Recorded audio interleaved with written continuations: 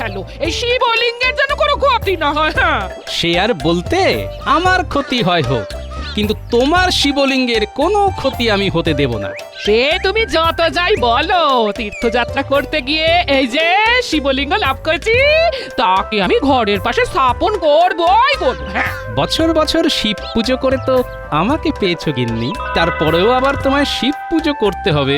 আবার আবার তুমি আমার মাথাটা গরম করছো। আর সেটা আর নতুন করে করার কি আছে গিন্নি, সে তো এমনিতেই গরম হয়ে আছে। ওই গরমটাই তো দেখলে, এদিকে খেতে পড়তে উঠতে বসতে সেই আমি তো তোমার ভরসা গো। তাতেই তো আমাকে ফর্সা করে দিলে গিন্নি। এই আমি ছিলাম বলে তুমি বেঁচে গেলে। তুমি তো ভোলা মহেশ্বরের মতো ভুঁড়িটাই পেয়েছো গো। পার্বতীর জন্য দক্ষ যজ্ঞ করা কি তোমার কম্য? তবে এটাও কান খুলে শুনে রাখো, তুমি যদি ঘরে ফিরে আমার শিবলিঙ্গের প্রাণ প্রতিষ্ঠার ব্যবস্থা না করো, তবে আমি দক্ষ যজ্ঞ শুরু করে দেবো। হ্যাঁ, সেটা আমি এখন থেকে টের পাচ্ছি।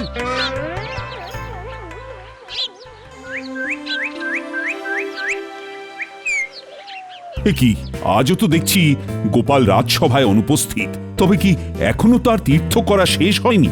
শেষ হলেই বা তাকে পাবেন কি করে মহারাজ? তার কি আর সভার কাজে মন আছে? তার মানে খবর আছে মহারাজ, গোপাল এখন মন দিয়ে সংসার সামলাচ্ছে। সে এখন গিন্নি অন্ত প্রাণ, গিন্নির কথায় উঠছে আর বসছে। তাই গিন্নি হুজুগ ধরলেই সেটা গোপাল কিভাবে সামলাবে খালি তাই ভাবছে। শুধু কি ভাবছে, একেবারে কাজ করে দেখাচ্ছে। শুনলাম তীর্থ করতে গিয়ে গোপালের গিন্নি নাকি একটা শিবলিঙ্গ নিয়ে এসেছে, তার প্রতিষ্ঠা করাতে হবে। এখন গোপালের ধ্যান জ্ঞান সেটাই। তার জন্য নাকি গোপাল এখন হিমালয় ফেরত সাধুর কাছেও যাবে। সে যাচ্ছে যাক, কিন্তু এদিকে গোপালের দেখা দেখি পণ্ডিতও যে তীর্থযাত্রায় বেরিয়ে গেল।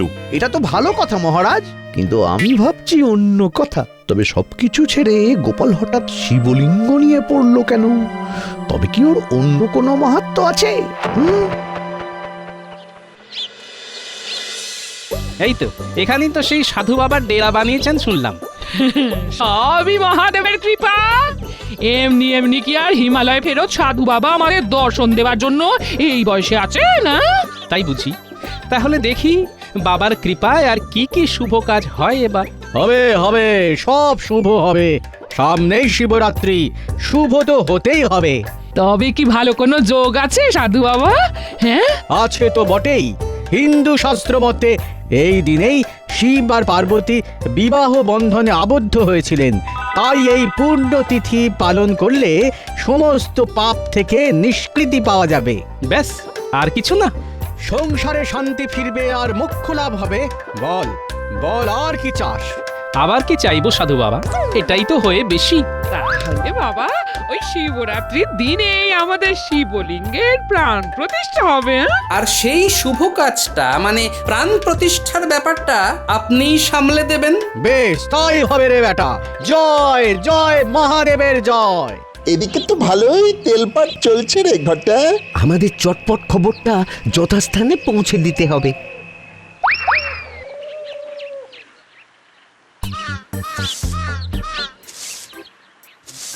কি গো গিন্নি, তোমার মুখটা আজ কেমন যেন থমথম করছে? থমথম করবি না তো কি করবি শুনি? এমন লোককে নিয়ে কি আর সংসার করা যায়? আমি আবার কি করলাম? বলি সংসারে তো তোমার মন নেই, তা মনটা থাকে কোথায়? এই মরেছে মনটাকে কোথায় কার কাছে রেখে এলাম? কই না তো, রাখিনি তো। রাখুনি নয় বলো ভাবনি। আমার শখ আহ্লাদ নিয়ে মোটেই তুমি ভাবো না। এ বেলা ও বেলা খালি রাজসভায় ছুটছো। সংসারে কি হচ্ছে না হচ্ছে সে খবর রাখো তুমি। না রাখলে সংসারটা চলছে কি করে? তবে তুমিও শুনে রাখো গিন্নি, সারাদিন কানের কাছে এরকম ভো ভো করলে আমিও পালিয়ে পালিয়ে বেড়াবো। হ্যাঁ, একেই বলে কপাল। একজনের সংসারে শান্তি আসছে আর একজনের কপালে অশান্তি। এবার কিন্তু গোপাল দাদা এই সব ঝামেলা থেকে মুক্তি পেয়ে যাবে আর মন্ত্রী মশাই মাথা ঠুকবেন। এই কি হয়েছে? খুলে বল দেখি আমায়, বল। হ্যাঁ, রাগটাকে কি আছে? আমরা তো নিজের কানেই শুনে এলাম ওই হিমালয় ফেরত সাধু বাবার কাছে গিয়ে গোপাল দাদা আর ওর গিন্নি সংসারে সুখ আনার টোটকা নিচ্ছে। শিব পুজো নির্ঘণ্ট জেনে এসেছে। দেখো দেখো, তাহলে আমি কেন তোমাকে দু চার কথা শোনাচ্ছিলাম? এরপরেও কি তোমার টনক নড়বে না? আমার টনক নড়ুক না নড়ুক, গোপালকে আমি কিছুতেই শান্তি পেতে দেব না। না না দাদু, এইভাবে চুপি চুপি আমাদের না জানিয়ে পুজো করা চলবে না। হ্যাঁ, দাদুর বাড়িতে শিব পুজো হবে অথচ আমরা কোনো দায়িত্ব পাবো না, সেটা হবে না। ওই দেখো আমার কচি কাচারা চলে এসেছে। আর মনে মনে বেশ গোসাও করেছে মনে হচ্ছে। এখানে শিব পুজো হবে আর আমরা কোনো কাজ করব না, তাই আবার হয়? হবে কি করে? তোদের ছাড়া তো সবকিছু ঠিক করে জোগাড়ই করা যাবে না রে। এই যে এই শিবের পুজোয় অপরাজিতা, ধূত্র, আকন্দ ফুল আর বেল পাতার আগে সেটাকে জোগাড় করবে শুনি। আমরা ছাড়া আবার কি করবে? তাহলে তোদের যে প্রয়োজন আছে সেটা তো বুঝতে পেরেছিস। কোনো চিন্তা নেই, আমরা সব জোগাড় করে আনবো। এদিকে না হয় সব জোগাড় হয়ে গেল, কিন্তু ওদিকে শিব পুজোর নেমন্তন্নটাই তো করা হয়নি এখনো। সেটা কি এবার আমাকেই করতে হবে? তার জন্যে তো এই শর্মা আছে, ঠিক সামলে দেবে। মনে হচ্ছে খুব ধুমধাম করেই এবারে পুজো হবে। তাহলে মন্ত্রী, আপাতত তেমন কোনো উৎসব অনুষ্ঠান নেই, তাই তো? থাকলেই বা কি মহারাজ, ভেতরে ভেতরে কে যে কি করে ফেললো সেটা তো আর জানতে পারছি না। মন্ত্রীমশাই বোধহয় গোপালের বাড়িতে শিবলিঙ্গ স্থাপনের কথা বলছেন। তেমন কিছু হলে গোপাল নিশ্চয়ই আমাদের ডাকবে, আমি নিশ্চিত। সেই আশাতেই থাকুন আপনি।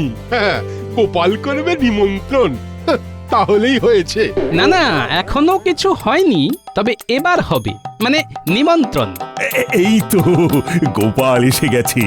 তাহলে ওই কথাই থাকলো মহারাজ, আগামী শিবরাত্রির দিন এই গরিবের বাড়িতে আপনি সহ সকলের নিমন্ত্রণ। শিবলিঙ্গের প্রাণ প্রতিষ্ঠা হবে।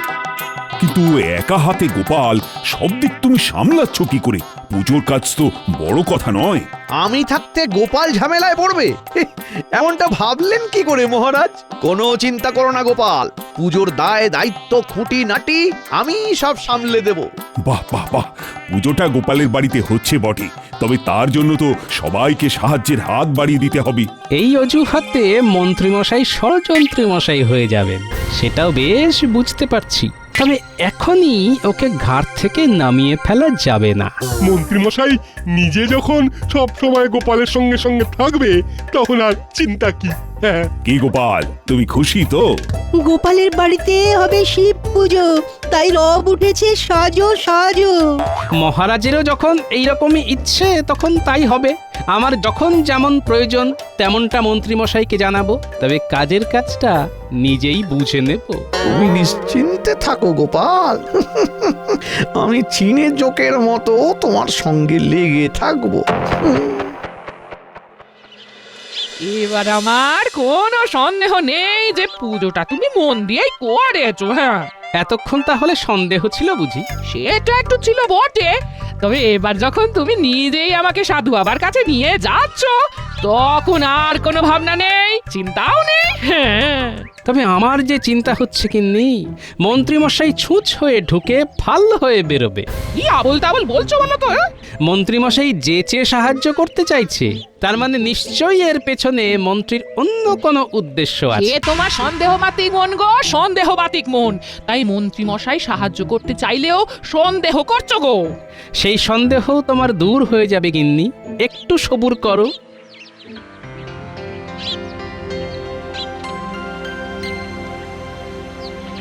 আবার কি চাই? হ্যাঁ, শিবরাত্রির পুজোর আচার উপকরণ সবই তো জানা হয়ে গেছে, এবারে শুধু ভক্তি ভরে পুজো করতে হবে। সেই পুজোটা যে আপনাকেই করতে হবে সাধু বাবা, তার জন্য যেমন যা অর্থ লাগবে আমি আমার সামর্থ্য মতো দেবার চেষ্টা করব। না না না, অর্থ নয়, ভক্তি ভাবটাই তো আসল। তবে শিবরাত্রির পুজো বড় একটা কম হ্যাপা নয় কিন্তু। এমন ভাবে কি করতে হবে আপনি একটু বুঝিয়ে দিন সাধু বাবা। 4 প্রহর ধরে মহাদেবের পুজো হবে।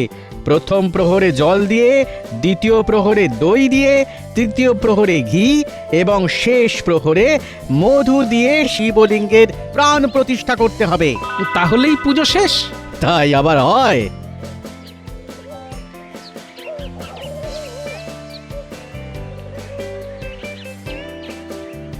এত কিছু কি আমরা সামলাতে পারবো বাবা? এতেই ঘাবড়ে গেলে হবে? শুদ্ধ মনে সব কিছু ঠিকঠাক পালন না করলে কিন্তু পুণ্যের বদলে পাপটাই গায়ে লাগবে, সেটা যেন খেয়াল থাকে।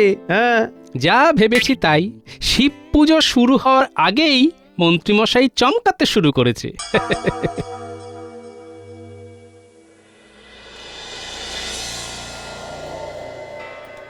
অত করে বললাম, তবু যদি তোর একটু একটু টনক নড়ে, সেই সারাক্ষণ রাজসভা আর মহারাজের দায়িত্ব সামলাচ্ছেন। সবটাই সামলাতে হবে গিন্নি, সবটাই সামলাতে হবে। শুধু ঘরে নয়, বাইরেরটাও তো সামলাতে হবে। কি আর সামলাচ্ছ? যদি সামলাতেই পারো তবে আমাকে তীর্থযাত্রায় নিয়ে চলো তো দেখি। চলো চলো। এই সেরেছে, তোমার মাথায় আবার এই তীর্থযাত্রা যাওয়ার ভূত চাপলো কেন? কেন চাপবে না? কেন কেন? গোপালের গিন্নি যদি শিবলিঙ্গ নিয়ে এসে সেটা প্রতিষ্ঠা করে সংসারে সুখ শান্তি আনতে পারে, তাহলে আমিও পারবো। আহা, ওহো, আরে ব্যাপারটাও তো সহজ নয়। ভাবে ভাবে যা বুঝলাম, সাধু বাবা গোপালকে এমন ফিরিস্তি দিয়েছে যে পুজো করা গোপালের মাথায় ওঠার জোগাড়। বলো কি? হ্যাঁ, গোপাল যদি সবকিছু ঠিক করে করেও ফেলে, তবে সেটা কি করে ভেস্তে দিতে হয় সেটা আমার জানা আছে। শুধু তাই নয়, চাইলে ঘোলা জলে কি করে মাছ ধরতে হয় সেটাও নিশ্চয়ই তোমার মনে ভাজা হয়ে গেছে। সে আর বলতে, তুমি আমাকে ঠিকঠাক চিনেছো গিন্নি। গোপালকে যে কি প্যাচে ফেলবো সে আমার মনে মনেই আছে।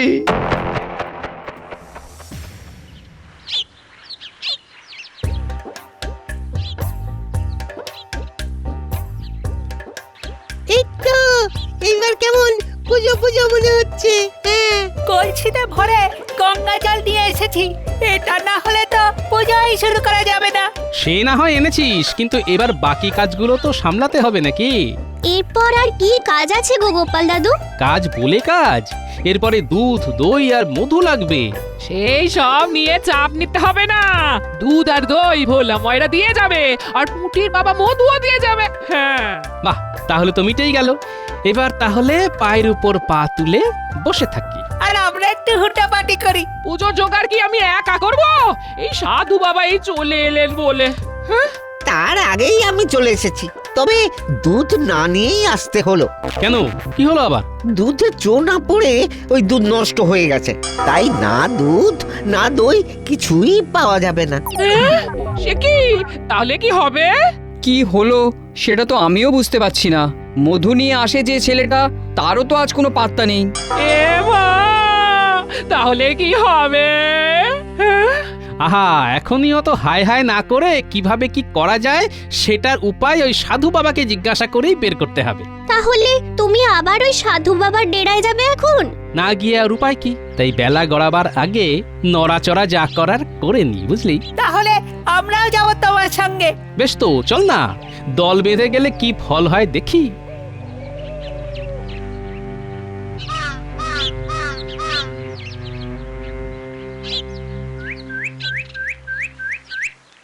তাহলে যেমন যা বলেছিলাম তেমন সব গুছিয়ে ফেলেছিস তো? একেবারে দায়িত্ব নিয়ে চেপে দিয়েছি, সব জায়গায় আটকে দিয়েছি। আমরা এমন চেপেছি যে গোপাল দাদা পুরোপুরি চাপে পড়ে গেছে। যাই হোক, শোন, প্যাঁচটা হালকা করা যাবে না। পুজোর জোগাড়ে যদি ঠিকমতো না হয় তবে পুজোই হবে না। আর পুজো না হলে পুণ্য হবে না। না না, আরে গোপালকে বিশ্বাস নেই, তাই ও ডালে ডালে গেলে আমাকে পাতায় পাতায় যেতে হবে। আমি জানি গোপাল এখন কি করতে পারে, তাই এটা ওটা ছেড়ে মাথাটাকেই ঘুরিয়ে দিতে হবে, বুঝলি? আপনি কিচ্ছু ভাববেন না মন্ত্রী মশাই, সাধু বাবার খাতির যত্নের কোনো অভাব হবে না। আপনার কোনো বদনাম হবে না। তোরা এই দিকটা দেখ, বুঝলি? বাকিটা আমি সামলে নিচ্ছি, তবে সবটাই খুব তাড়াতাড়ি করতে হবে কিন্তু।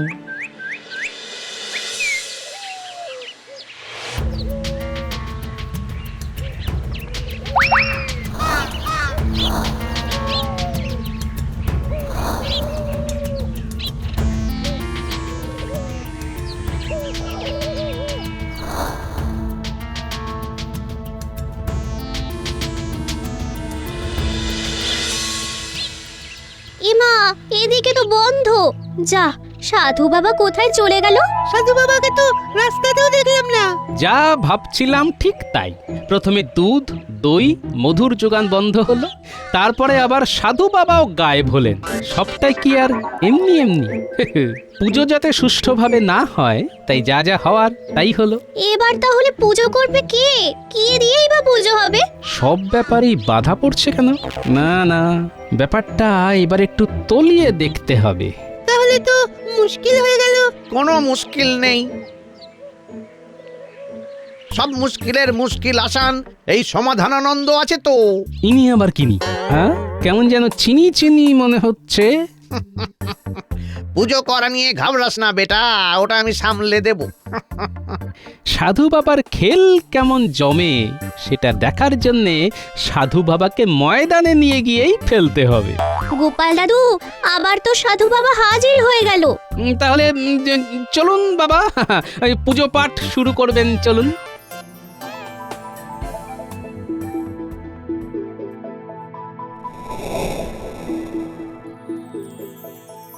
হয়েছে গিন্নি, হয়েছে।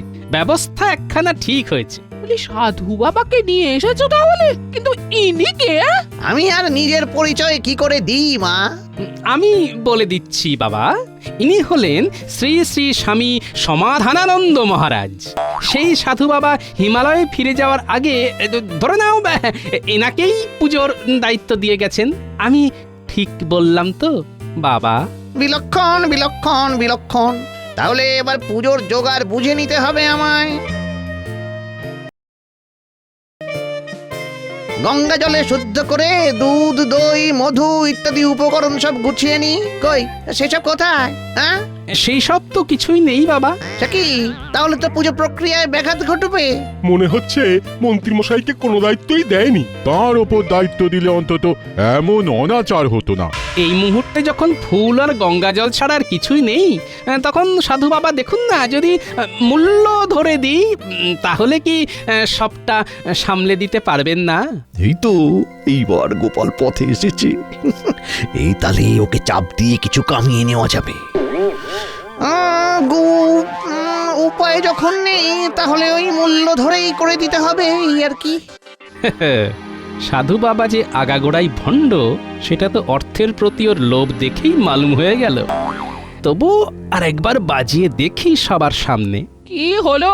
পুজো কি আদৌ করা যাবে? যাবে না কেন? আলবাত যাবে। সাধু বাবা যখন আছেন তখন সমাধানও আছে।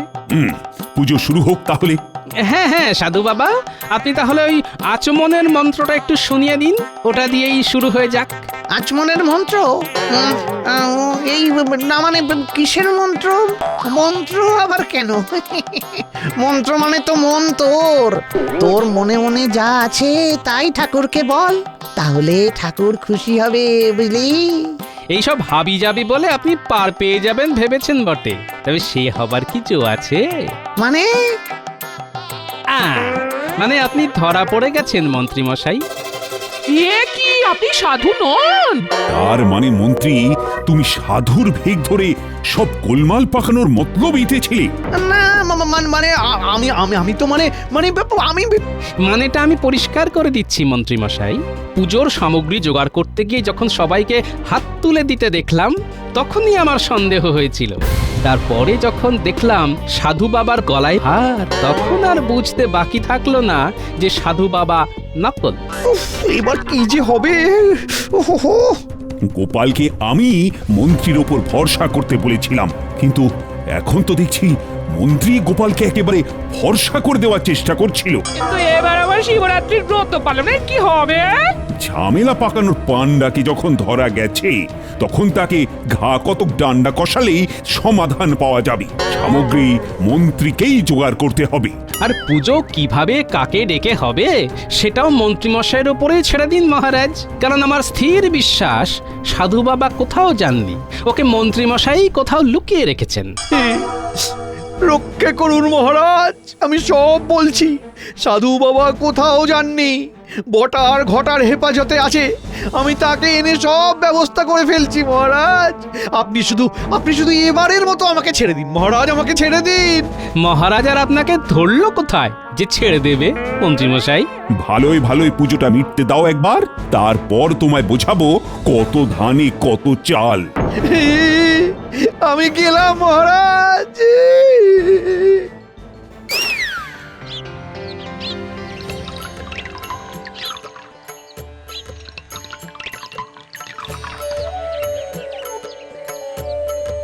কি গিন্নি, এবার খুশি তো?